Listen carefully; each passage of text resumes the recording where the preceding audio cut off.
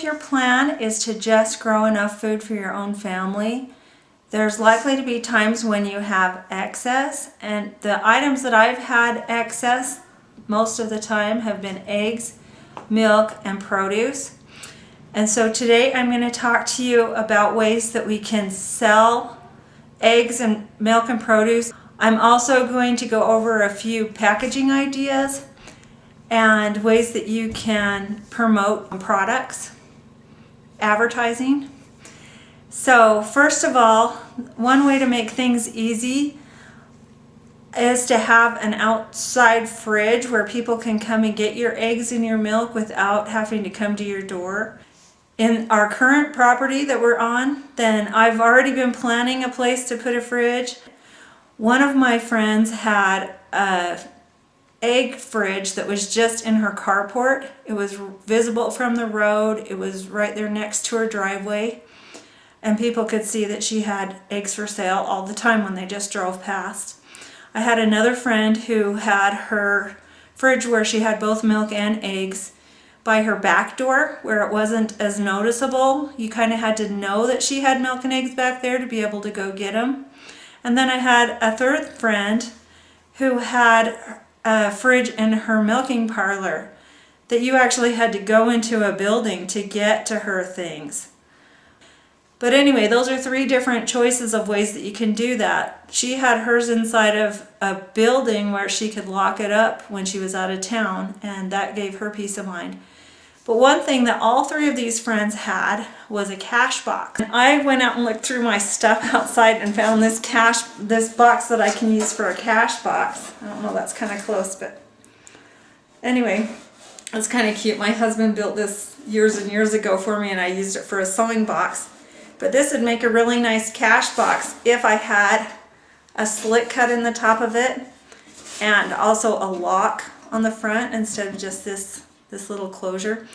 But another thing that I thought of that might be really handy is if we drilled a couple of holes through the bottom of it, and actually bolted it to a table.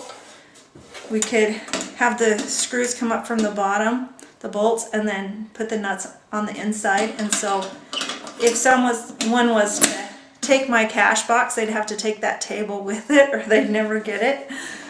And the reason that I even thought of that is because we have another friend that has sold produce just on a honor basis, like these other friends have sold their milk and eggs. He was selling produce, but he had it on a table that was out on the highway. It wasn't near his house or anyone else's house. And for several weeks then he put like his excess zucchini and potatoes and things like that on a little table out there with a cash box. And it worked for a few weeks, and then one day he came and all the produce was gone and the money was gone. And I was just surprised that it had worked at all. I wouldn't be quite that trusting, but it worked for him for a little while. Anyway, I don't know if he's still doing it now or not, but after one bad experience, I think that's all it would take for me to decide that wasn't my way to go.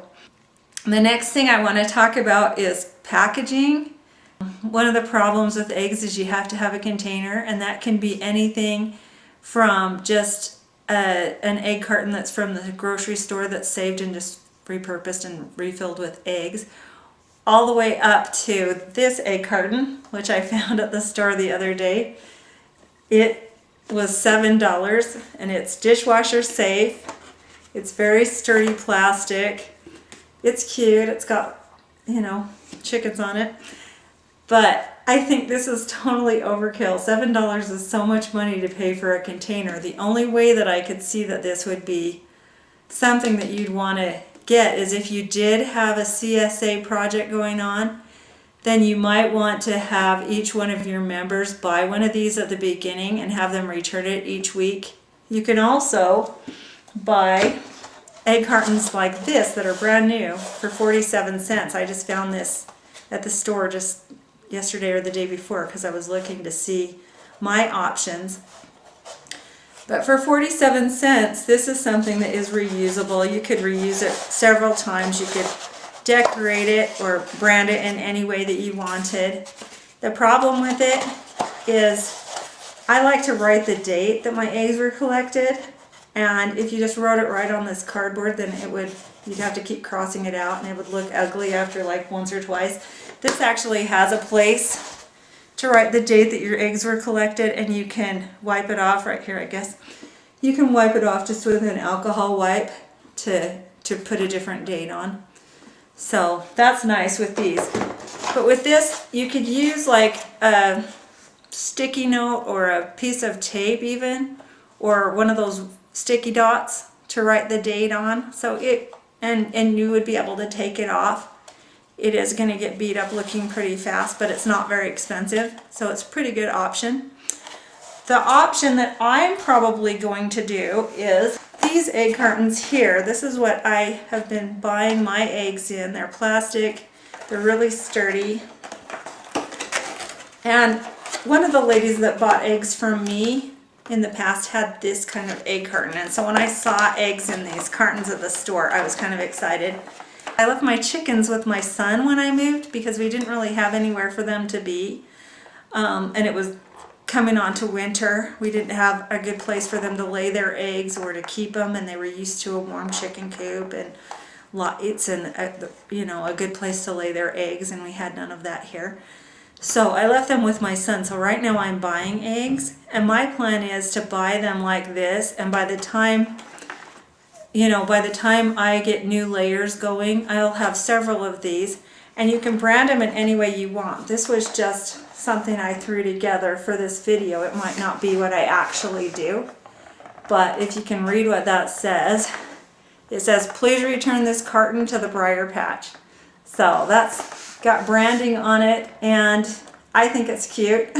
It would be easier to keep it from getting wet and damaged if I had it connected to the box on the inside, but I could also have a waterproof sticker made, and I don't know how much that would cost. I haven't looked into that yet, but it's something that I've done with other things. There's companies over the internet that you can have stickers made that are waterproof and dishwasher safe. I don't think this container is dishwasher safe, but I would like to have something that I could at least rinse out. Now let's talk about milk.